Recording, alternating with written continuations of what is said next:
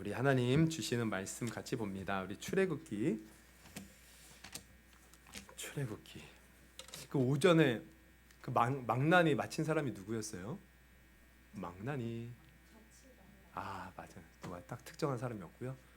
집사님도 그래서 집사님도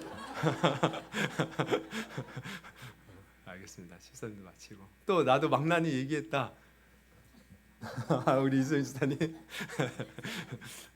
우리 이두선 형제님도 말씀하지 않았어요? 아니에요? 틀렸어요? 혹시 백정 그러지 않아요? 백정? 근데 망나니가 주로 백정 출신이 망나니를 하지 않았나? 네, 알겠습니다. 두 분, 정확한 거 두 분. 또 뭐 있으신 말씀하세요. 후회하지 마시고. 네, 알겠습니다. 제가 커피 쿠폰을 보내드리겠습니다.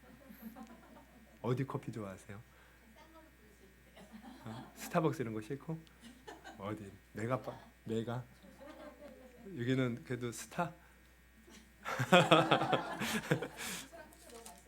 두 사람 와서 드세요. 마음껏 드세요.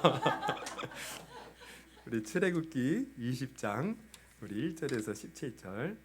네, 17절 굉장히 긴데 중간중간 짧은 게 있어요.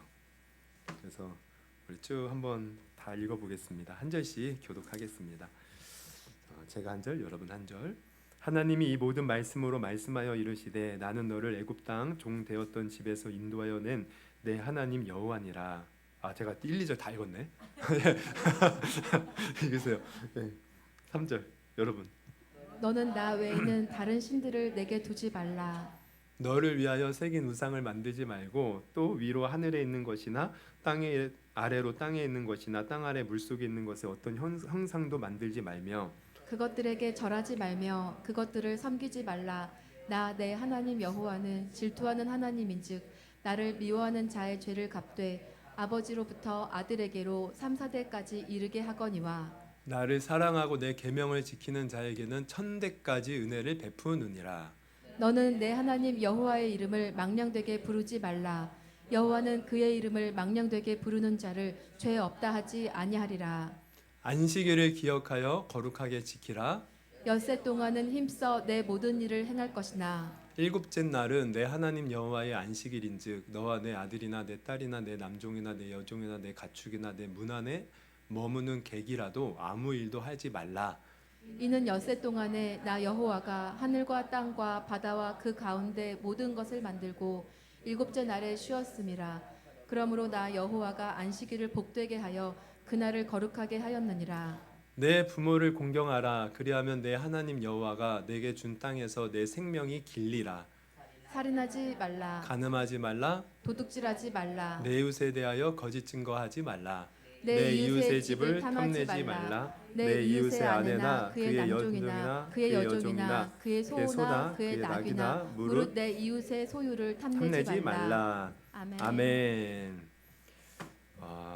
우리 출애굽기 20장 1절에서 17절을 본문으로 오늘은 좀 십계명을 온전히 지켜야 합니다라는 제목으로 좀 말씀 나누려고 합니다.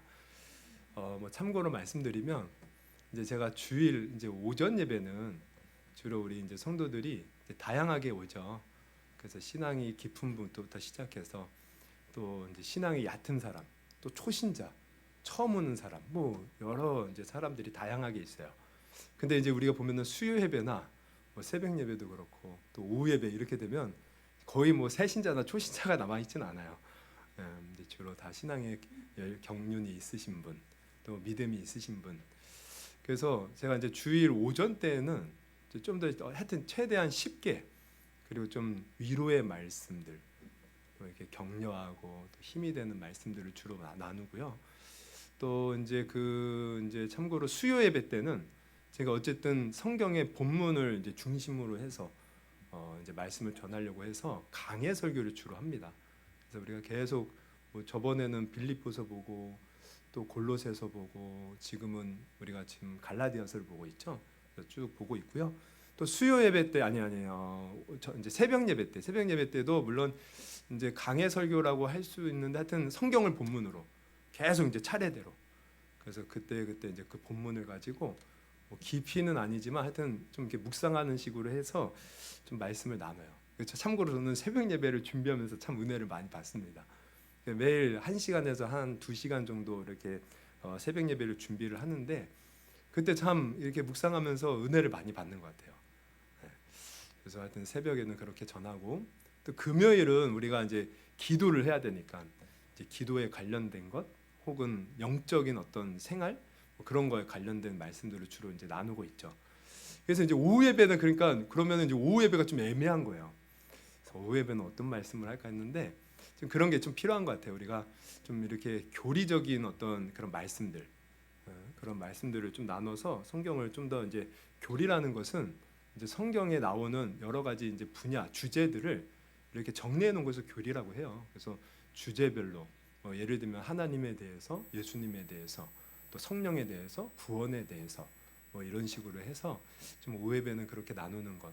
그렇다고 또 지루하면 안 돼. 또 오후 예배는 참 치명적인 것이 점심을 먹고 나서 제가 압니다. 저도 부사역 때 보면은 점심 먹고 앉아 있으면 진짜 저는 안 자려고 그래요. 근데 어느새 이러고 있어요 그냥. 그냥 막 눈꺼풀이 진짜 천근만근. 그냥 어떻게 뜰 수가 없어. 안 떠져. 근데 딱 보면은 정말 그래요 우리도. 그래서 하여튼 지루하게 하면은 또 너무 졸립잖아요. 가뜩이나 재밌게 해도 졸릴까 말까인데 어쨌든 최대한 지루지 않게 좀 교리적인 그런 얘기를 할까 이제 말씀드릴까 이제 그런 생각 계획들을 갖고 있어요. 그래서 여러분들도 좀 그런 이제 전체적인 맥락을 좀 알고 계셨으면 좋겠고 또 저 같은 경우는 또 뭐 참고로 말씀드리면 사실 저는 이제 어렸을 때 저희 아버님이 성결교단 목사님이셨습니다. 성결교단도 굉장히 말씀 중심적인 교단이죠. 근데 저희 부모님의 좀 이 신앙 성향은 약간 순복음 쪽이었어요. 막 기도하고 방언받고 막 귀신 쫓아내고 병든 자 고치고. 그래서 저희 어머님 이렇게 신앙생활했던 거 옛날에 들어보면 막 교회에서 막 기도하면서 막 성도들 막 방언 터지고 막 무슨 어디 아팠던 성도 와가지고 고침받고 막 입신하고 천국 보고 그런 간증들 굉장히 많이 있습니다. 제가 이제 그런 얘기를 많이 들으면서 자랐고요. 그러면서 이제 제가 좀 20대 때 방황을 하고 29살 때 이제 처음 다시 예수님을 인격적으로 만났을 때도 약간 그렇게 조금 순복음적인 좀 이렇게 성령 강조하고 이런 이제 교회에 제가 은혜를 좀 받았어요. 그러면서 이제 거기서 좀 한 5년 좀 넘게 이제 신앙생활을 했고 그러면서 이제 신학교를 가면서부터 제가 성경을 이제 그때부터 이제 그 전에는 제대로 안 읽었고 신학교를 가면서부터 성경을 제가 제대로 읽기를 시작했고요. 그러면서 제가 이제 이제 은혜 받았던 교회 말고 그 교회에서 나와서 이제 사역자로 처음 부임했던 이제 부임하기보다는 어떤 대전의 개척 교회인데 사례비는 못 주는데 누가 와서 도와줬으면 좋겠습니다. 근데 제가 그 공지를 보고 아니 왜 사례비도 못 주면서 이런 공지를 왜 올렸어? 제가 이랬거든요. 근데 기도하는데 자꾸 하나님이 그곳에 가야 된다는 마음의 부담을 주시는 거예요. 갖고 이제 사실 주위에서 다 반대했는데 제가 갔죠. 그래서 1년을 그 대전 이제 그 개척교회 이제 섬겼어요.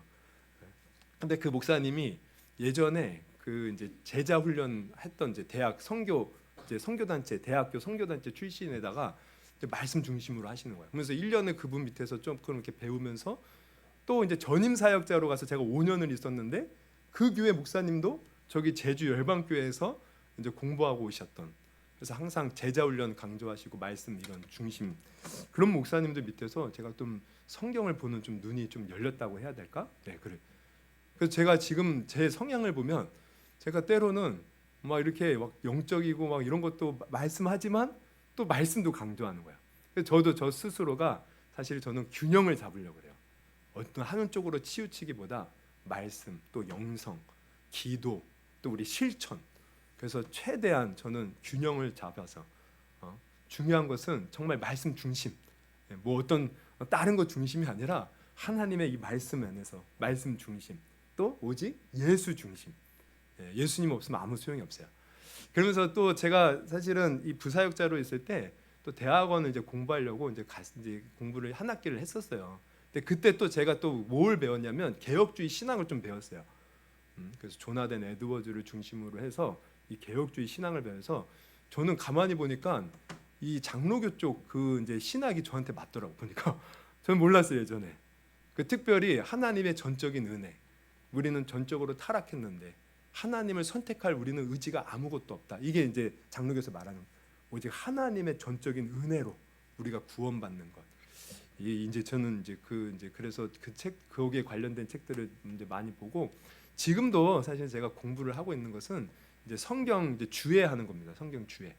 성경 주해라는 것은 성경을 원어로 이제 이렇게 봐서 이 원어의 의미를 되살려서 정말 성경이 말하고자 하는 게 뭔가 그래서 이제 그런 거를 공부하고 있어요. 그래서 제가 이 말씀을 하는 것은 제가 어쨌든 이 강단에서 균형 잡힌 그런 하나님의 말씀을 온전히 전하려고 노력하고 있다는 거예요. 그래서 여러분 뭐 저 조정진은 못 믿어도 저를 쓰시는 하나님 믿으시고 우리가 또 이렇게 말씀 하나 하나가 또 하나님의 말씀으로 여러분 들으시고 또 이 말씀 붙들고 저의 목적은 우리 모두가 우리 교회 오시는 모든 성도들이 다 천국 가는 겁니다. 할렐루야. 네, 천국 가야 돼요. 다 우리 한번 사람은 태어나면 죽는 것이 우리의 다 정해진 것인데 우리 죽은 후에 우리 육체 땅으로 묻어서 흙으로 돌아갈지 모르지만 우리 영혼은 하나님 앞에 가야 되잖아요. 근데 어떻게 갑니까? 오직 예수 그리스도를 믿음으로 갑니다. 할렐루야. 그래서 이 믿음 붙들고 가야 되는데 이게 말은 쉬워도요 실제 삶에서 이게 쉽지가 않은 거예요. 우리가 여러 가지 풍파에 흔들리고 여러 가지 미혹에 흔들리고 여러 가지 사람들의 말에 흔들리고 여러분 우리 말씀 붙들고 다 예수 안에서 천국 가는 우리 모두가 될 수 있기를 주님의 이름으로 축원합니다. 그래서 오늘은 오후 예배는 어쨌든 약간 이제 교리적인 그런 걸 하려고 하는데 오늘은 좀 십계명에 대해서 우리가 좀 생각해봤으면 좋겠습니다. 여러분 십계명 우리 예수님께서는 이미 우리가 성경을 보면 예수님이 우리가 이제 갈라디아서 보면은 율법을 완성하신 분이 우리 예수님이에요. 우리가 율법을 지켜서 구원받는 게 절대 아닙니다. 그러면 이 십계명은 도대체 뭔가? 이 십계명도 사실 율법 중에 하나라고 말할 수 있는데 그럼 십계명은 우리가 어떻게 되는가? 근데 제가 보면 십계명은요 예나 지금이나 우리 모두가 지켜야 될 정말 하나님의 말씀입니다. 이 십계명을 우리 삶의 기준으로 삼아야 돼요. 그러면 왜 그런가? 그 이유를 먼저 말씀드리면 이제 그 이유를 오늘 말씀드리고 1계명 살펴보고 다음 주부터 2계명, 3계명 살펴볼 텐데 왜 우리가 십계명을 오늘날 지켜야 되는가? 왜 그런 것 같아요? 여러분 첫째는요. 이 십계명은 하나님께서 친히 돌에 새겨 주셨기 때문입니다. 여러분 오늘은 아니지만 오늘 본문은 아니지만 우리 24장 출애굽기 24장 12절에 보면 이렇게 나와 있어요. 여호와께서 모세에게 이르시되 너는 산에 올라 내게로 와서 거기 있으라. 내가 그들을 가르치도록 내가 율법과 계명을 친히 기록한 돌판을 내게 주리라.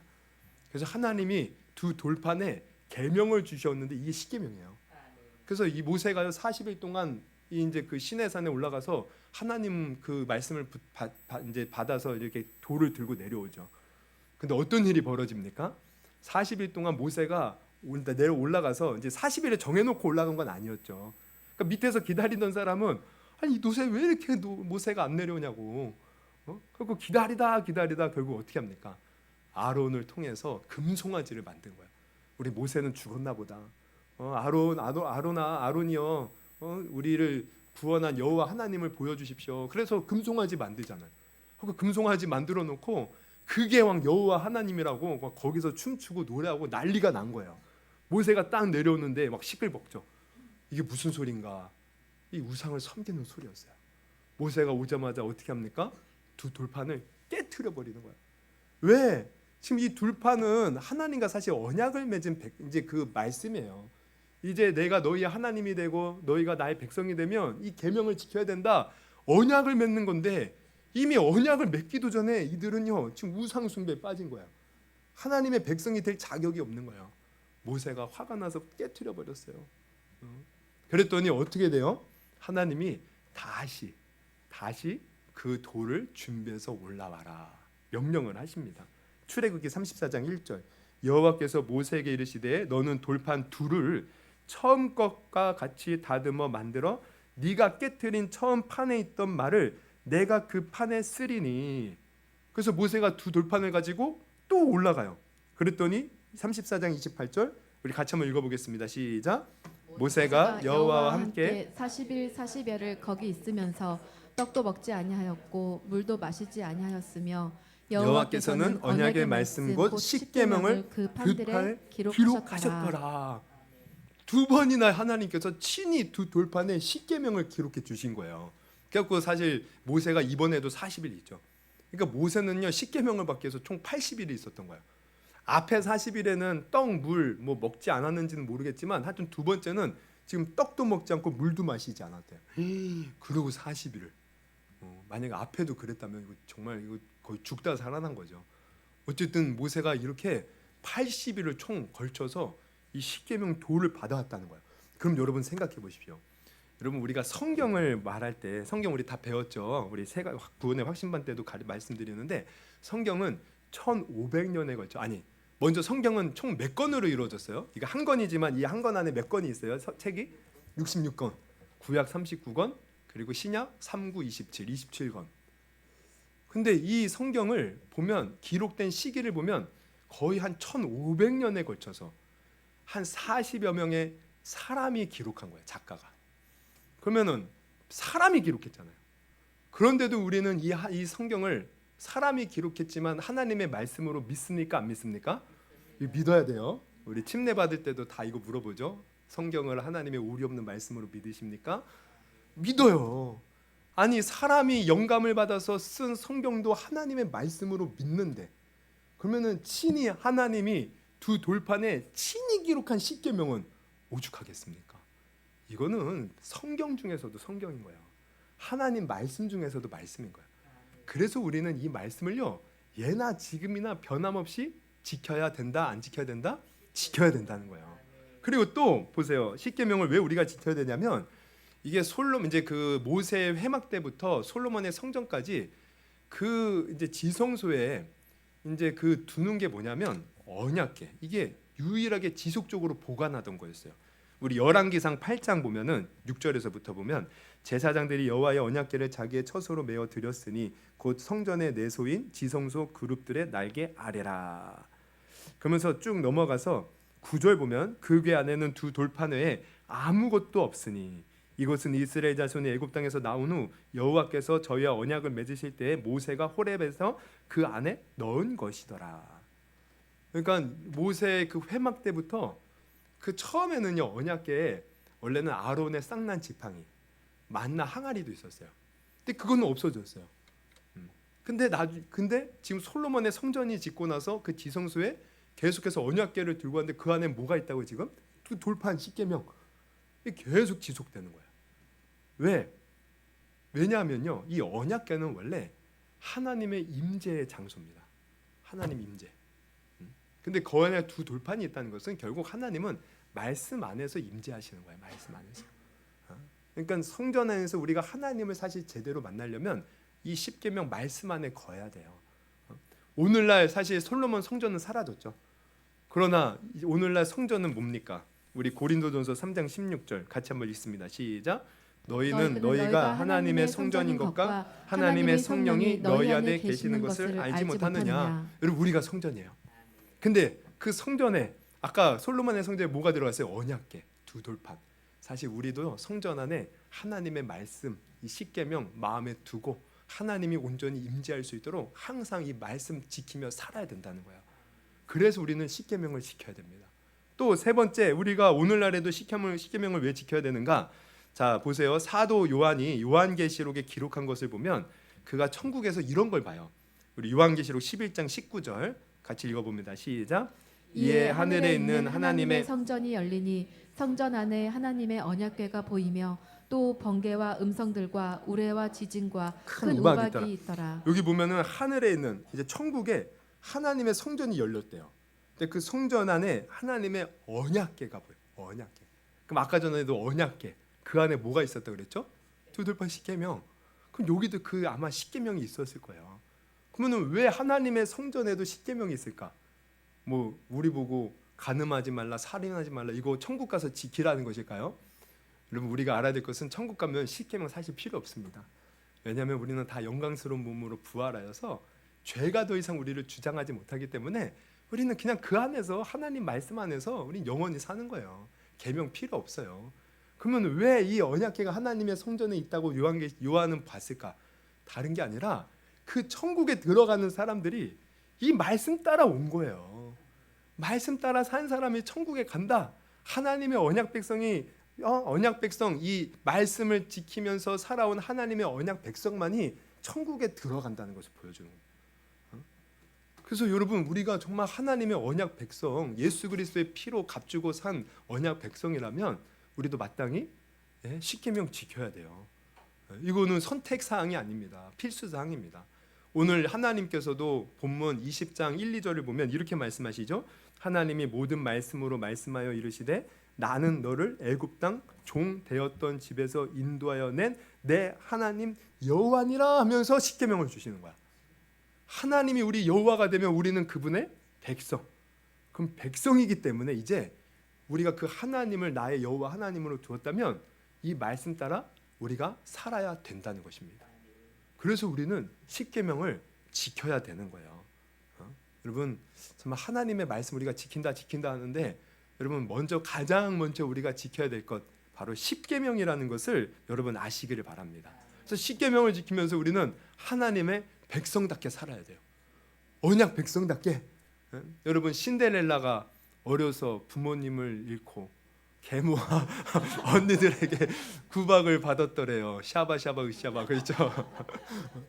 신데렐라가요 정말 계모와 언니들에게 구박을 받았어요. 누더기 옷 입고 얼마나 힘들게 살았는지 몰라요. 그런데 신데렐라가 왕자를 만나잖아요. 왕자를 만나서 나중에 그 신데렐라 이야기가 어떻게 끝나요? 왕자와 행복하게 오래오래 살았더라. 근데 왕자와 이 신데렐라가 사는데 과거에 자기가 계모의 구박을 받고 언니들의 괴롭힘을 당했던 그때를 잊지 못하고 그때처럼 막 주눅들어 산다. 이거 말이 안 되는 겁니다. 이제 신데렐라는 왕자의 아내를 뭐라 그래요? 왕자비. 왕자비예요, 왕자비. 그러면 왕자비답게 살아야 되는 거야. 그때 왕자와 함께 정말 행복하게. 왕자가 왕이 됐을 때는 왕으로서 그에 걸맞게 사는, 그래야 왕과 함께 행복하게 오래오래 사는 거지.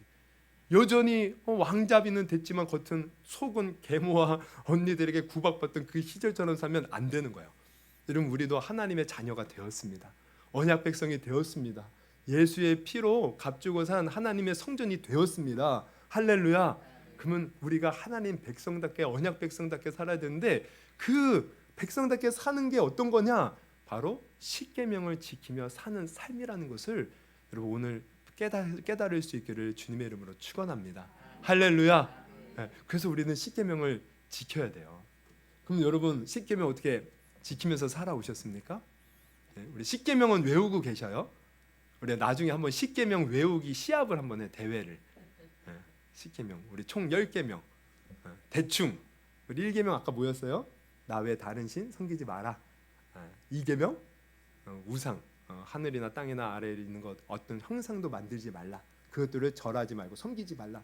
3계명 너는 여호와의 이름을 망령되이 일컫지 말라. 4계명 안식일을 기억하여 거룩하게 지키라. 5계명 내 부모를 공경하라.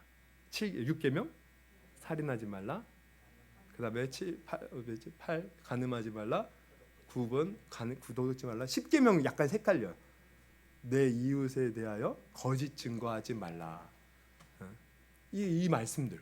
그러니까 여러분, 이 말씀들을 우리가 마음에 새겨서 내가 이제 예수님 안에서 천국 백성 되었다면 이 말씀대로 살아야지, 항상 이 말씀이 우리의 삶의 기준이 될 수 있기를 주님의 이름으로 축원합니다.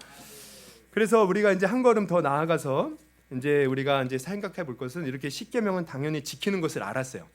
그렇다면 우리가 십계명을 이제 지켜야 되는데 어떻게 지켜야 하는가? 어떻게 지켜야 하는가? 이것도 참 우리가 깊이 생각해 봐야죠. 우리가 이것을 지킬 때 우리는 두 가지를 유의해야 돼요. 첫째는 뭐냐면 십계명을 우리가 단순히 문자적으로 지켜서는 안 된다는 거예요. 문자적으로. 물론 십계명이 문자로 기록되어 있지만 우리는 그 안에서 그 뜻의 본질을 알고 지켜야 되는 거야.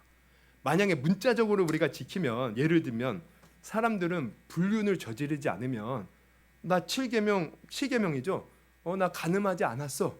나 10계명 지켰어. 이렇게 생각할 수 있어요.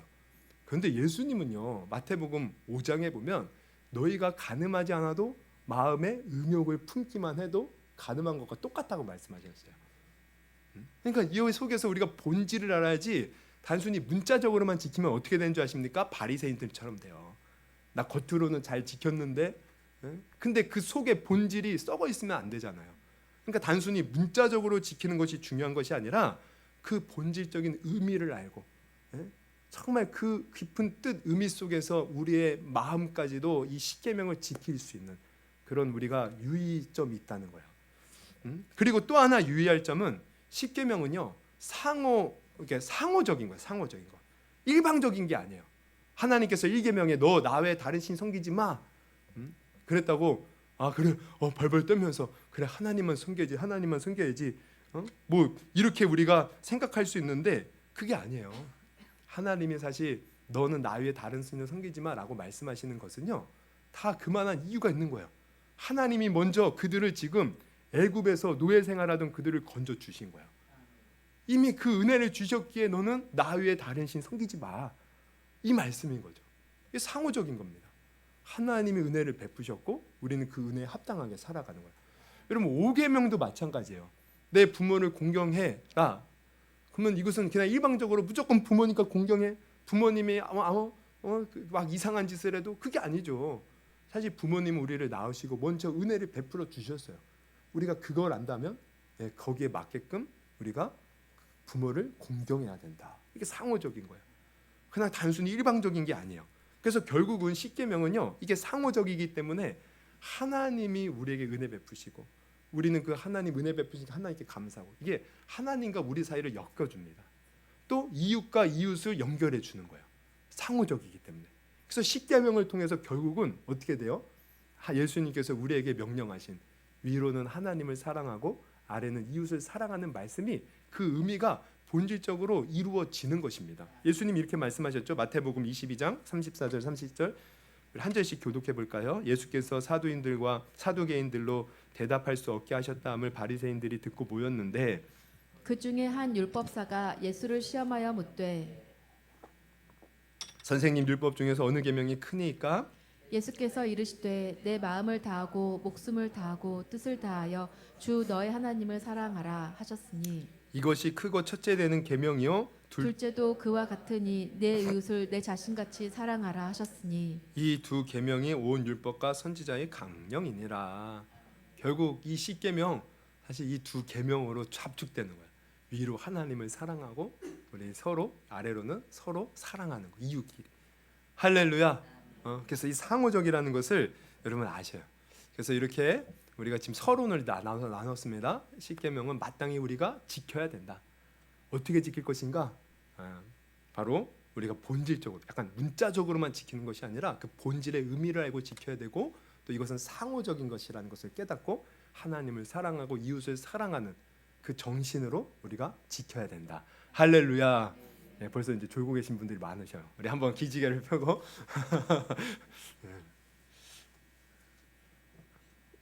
어떻게 이해가 되시죠? 십계명 참 귀한 거예요.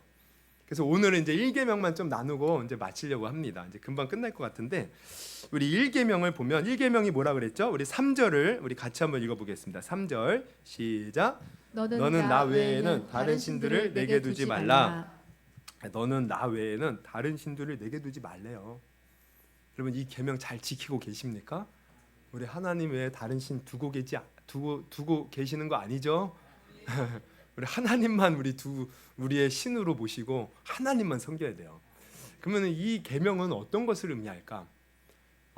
이제 이게 두 가지로 우리가 좀 크게 생각해 볼 수 있는데 하나는 이거예요.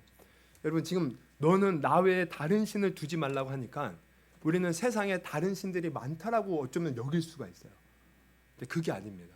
하나님이 지금 이 1계명을 통해서 말씀하시는 것은 이 세상에 유일한 신은 나 하나라는 거야. 나 하나. 이 세상 온 우주 만물을 창조하신 하나님은 오직 하나님 한 분이라는 거예요. 우리를 만드신 하나님은 오직 하나님 한 분이라는 거예요. 여러분 다른 신이 우리를 만든 거 없습니다. 다른 신이 이 세상을 주관하는 게 아니에요. 오직 하나님 한 분만이 우리가 믿어야 될 하나님이시라는 것을 여러분 아시기를 바랍니다. 그러면 왜 하나님이 이런 말씀을 하셨냐면 당시에는요 이 다신론이 이제 지금도 뭐 다신론이 있지만 다신론의 어떤 시대였어요. 그래서 특히 이스라엘 백성들이 400년 동안 몸담고 있던 애굽은요 보이는 게 신인 거예요. 보이는 게 신. 막 개구리도 신이고 송아지도 신이고 뱀도 신이고 태양도 신이고 달도 신이에요. 뭔가 약간 특이하고 신기하게 생긴 것들은 다 신으로 섬기는 거예요. 근데 하나님이 지금 일계명을 주시는 것은 그런 신들은 가짜 신이다.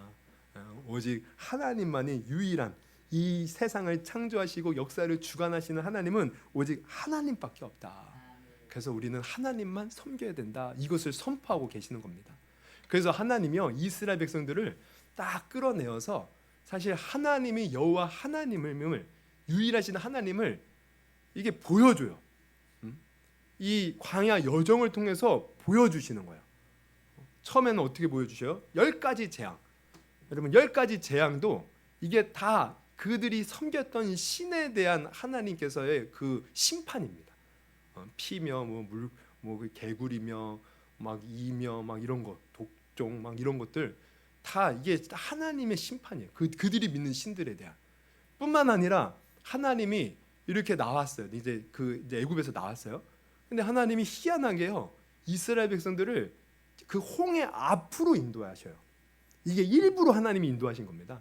그냥 우연히 이스라엘 백성들이 가다 보니까 홍해 앞바다에 이른 것이 아니라 하나님이 일부러 그곳을 보내신 거예요. 근데 그곳은 어떤 곳이냐면 뒤에는 홍해, 앞에는 이게 돌산이 이렇게 가로 옆에는 그래서 삼면이 막혀 있어요. 들어온 길로만 다시 나갈 수 있어요. 근데 들어온 길은 지금 누가 따라오게 만들었어요? 하나님이 또 애국 군대가 일부러 도간의 등지처럼. 왜냐하면 그곳에서 하나님이 큰 일을 보여주시려고 어떤 일을 행하셨죠? 홍해 바다를 가르신 거예요. 가르신 거예요. 근데 여러분 이 홍해 바다를 가른 것을 우리가 깊이 생각해 보면 이대현 성도님 저 보여요? 잘 안 보여서. 그 우리가 진도 맞죠? 진도 앞바다에 가면은 이게 1년에 그 앞바다에서도 1년에 2번씩 바다가 갈라지는 현상이 나타난대요. 뭐 아신 분은 아시겠지만 그래서 사람들은 그 현상을 모세의 기적, 홍해의 기적이라고 부른대요. 그래서 진도 앞바다가 갈라지면 사람들은 그 바다 사이에 드러난 갯벌 있죠, 갯벌. 그 갯벌을 이렇게 밟고서는 그 한 작은 섬에 이렇게 간다는 거죠. 다녀온대요. 근데 여러분 우리가 알아야 될 것은 홍해가 갈라졌을 때 그러면은 그 땅이 갯벌이었을까? 아니라는 거예요. 진흙이 아니었어요. 만약에 진흙이었다면 이스라엘 백성들 건너기 엄청 힘들었을 거예요. 특히 노인이나 어린이들은 그거 어떻게 건넙니까? 막 지벅지벅 막 물빡 짜서. 성경을 보면 어떻게 해요? 마른 땅. 우리 출애굽기 14장 21절 같이 한번 읽어볼게요. 시작. 모세가 바다 위로 손을 내밀매 여호와께서 큰 동풍이 밤새도록 바닷물을 물러가게 하시니 물이 갈라져 바다가 마른 땅이 된지라. 할렐루야. 그래서 마른 땅을 건넌 거예요. 그러면 이걸 통해서 하나님은 뭘 보여주시기를 원하셨느냐?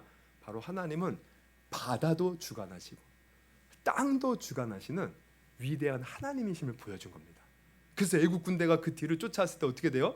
우리 이스라엘 백성들이 다 건너고 나서 다시 물벽이 확 무너지면서 그들이 거기에 다 수장되고 말아요. 여러분 하나님은 바다와 땅까지도 주관하시는 하나님이셔요. 유일하신 하나님. 또 보십시오. 애굽에서 400년 동안이나 노예살이 하던 이스라엘 백성은 어떻게 해요? 또 이 홍해 사이에 마른 땅을 건넜을 뿐만 아니라 사실 쌀 한 톨, 풀 한 포기, 물 한 방울 없는 신의 광야로 하나님이 또 데리고 가셨어요. 근데 그곳에서 어떤 일이 벌어집니까?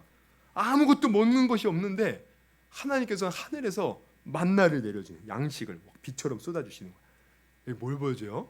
하나님은 하늘도 주관하고 있습니다. 하늘도. 할렐루야.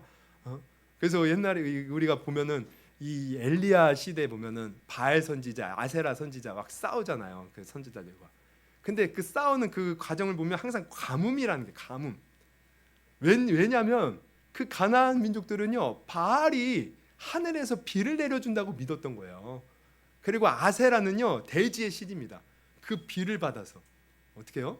이제 이렇게 풀을 내고 이제 곡식을 내는 거죠. 그래서 바알과 아세라가 이렇게 비를 내리고 이렇게 또 대지가 받아서 그거 하라고 그들은요 그 상징적인 의미로 사실 이 매춘을 하는 거야 제사에서. 그 남녀들이 아주 그 음란한 그런 짓들을 하는 거야. 왜? 신들이 그걸 보고 좀 이렇게 비 내려달라고 하는 거야. 그러니까 하나님이 그들을 가증하게 여기는 거죠. 그래서 일부러 비를 안 오게 하시는 거야. 왜? 하나님이 하늘을 주관하시는 하나님인 것을 보여주는 겁니다. 여러분 우리 하나님만이 하늘을 주관하셔요.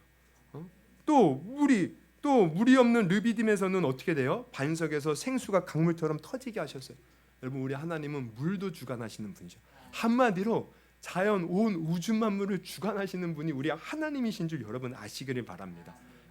그래서 이처럼 하나님께서는 애굽의 이 잡신 세계에서 살던 이스라엘 백성들에게 하늘도 땅도 바다도 물도 다 하나님이 주관하고 계심을 구체적으로 보여주셔. 그 광야를 통해서. 그러니까 이것을 통해서 우리가 알아야 될 것은 이 세상에 다른 신이 없어요. 오직 우리 하나님만이 진정한 유일한 신이라는 거야. 물론 귀신 마귀 있죠. 근데 그들이 세상을 주관하는 게 절대 아닙니다. 물론 때로는 그들이요 우리가 욥기를 보면 하늘에서 불도 내려요. 대풍도 불게 해요. 그리고 우리 삶에 여러 가지 또 문제도 일으키고 막 어떤 초자연적인 일들을 하지만 그러나 그뿐이지 이 세상을 주관하시는 분은 오직 우리 하나님밖에 없는 거예요. 그래서 너희는 나 외에 다른 신을 섬기지 마라. 유일하신 하나님만 믿어라. 여러분 우리도 그러므로 유일하신 하나님만 믿을 수 있기를 주님의 이름으로 축원합니다.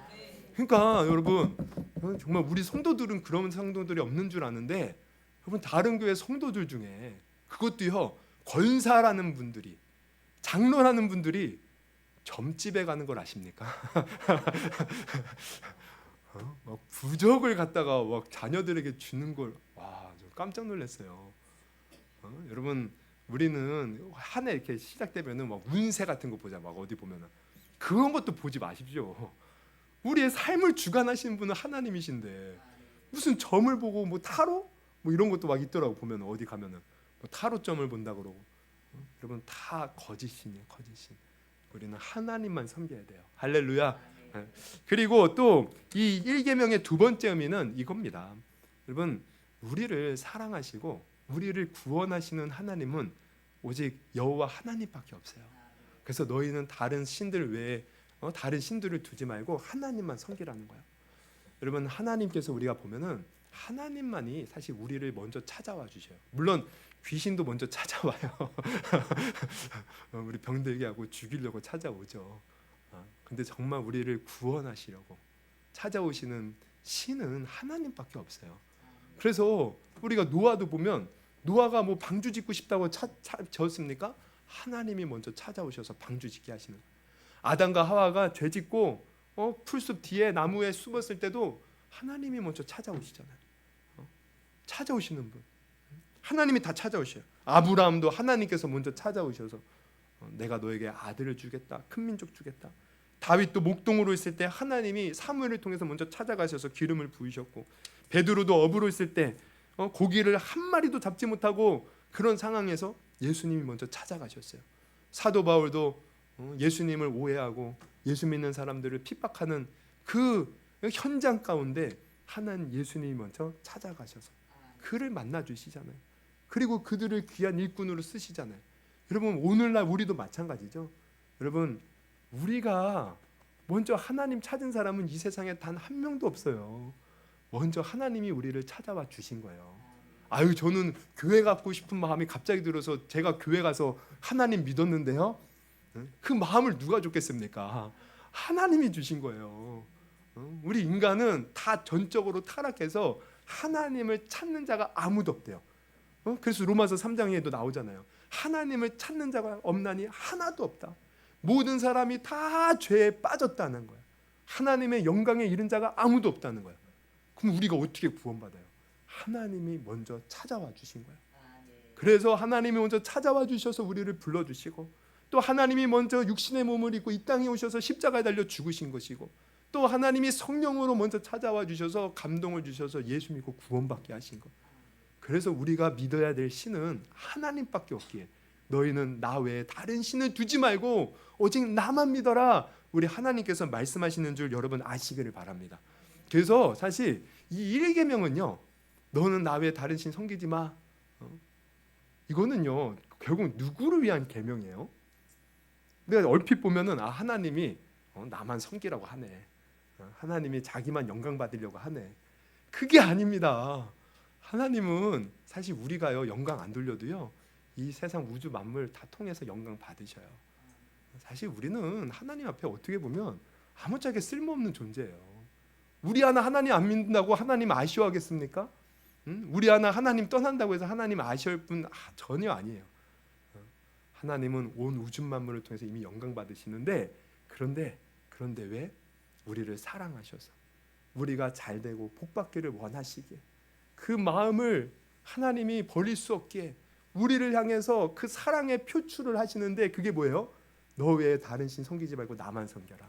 왜? 그게 우리가 잘 되고 복 받는 길이기 때문에 그래요.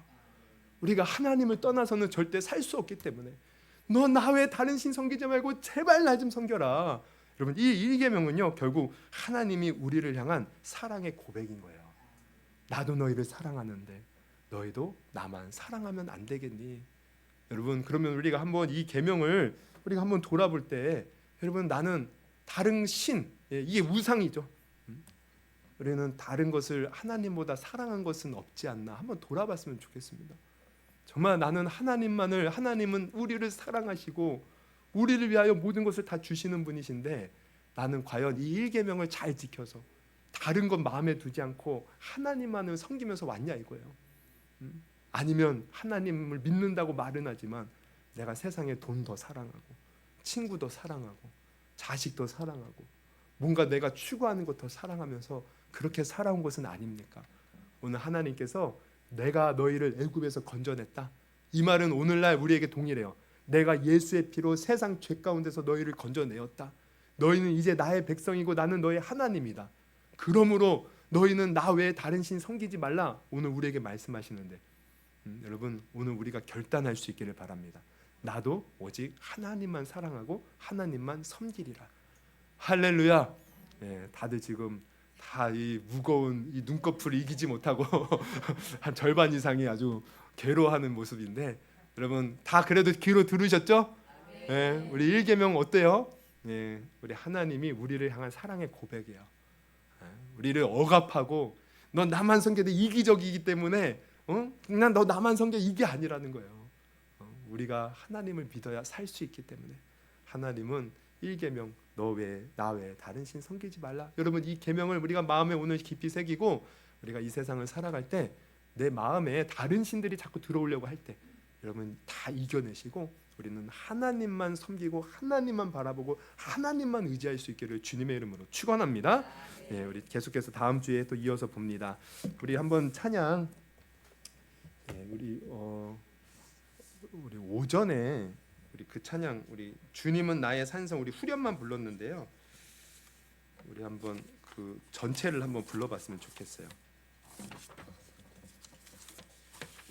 우리 하나님께서 오늘 오전에 또 하나님이 주신 말씀도 우리가 생각하면서 하나님은 우리에게 두려워하지 말라, 놀라지 말라 오늘 아침에 말씀하셨죠. 그리고 또 오후에는요, 나 외에 다른 신 섬기지 마.